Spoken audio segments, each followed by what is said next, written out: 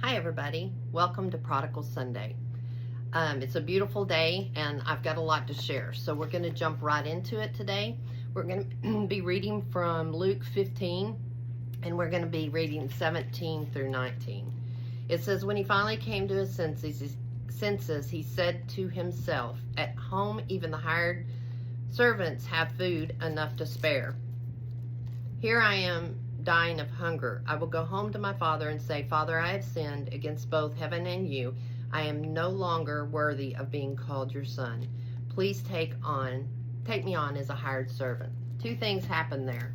He humbled himself and he also came to the end of himself. Remember the last time we talked about it, he was feeding pigs. He was feeding pigs in the pig pens, and he was hungry and he wanted to eat the pig's food. So that humbled him. So today we're going to start this series, and there's 3 points that I'm going to make, and then I'm going to let you kind of stew on it for this week, and then next week we'll go into the rest of it. I have 10 points, so it may be more than a couple of series. Anyway, the first one is, why God, why not now? Because I prayed for 23 years and I asked that, why can't you heal him now? Why can't you bring him home to me now? Why can't you make him better? Why can't you see my hurt and know that I need for you to do this?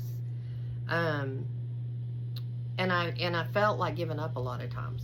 There was a lot of times I had prayed so long and so hard, I thought, well, God's not even hearing me. So I felt like giving up. But I want to say to you, never ever give up. Your prayer is your best battle plan. If you don't believe me, go to Ephesians 6 and read Ephesians 6. A very powerful defensive weapon against our enemy, because that's who we're fighting against. We're not fighting against flesh and blood. We're fighting against the rulers and the evil authorities.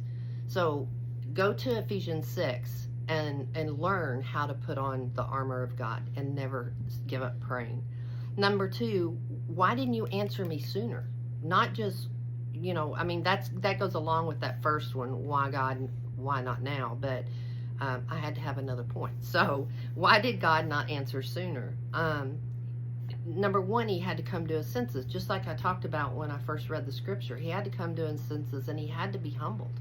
He had to understand that he could not do this life without something higher than him. And I've seen that in action. And I've seen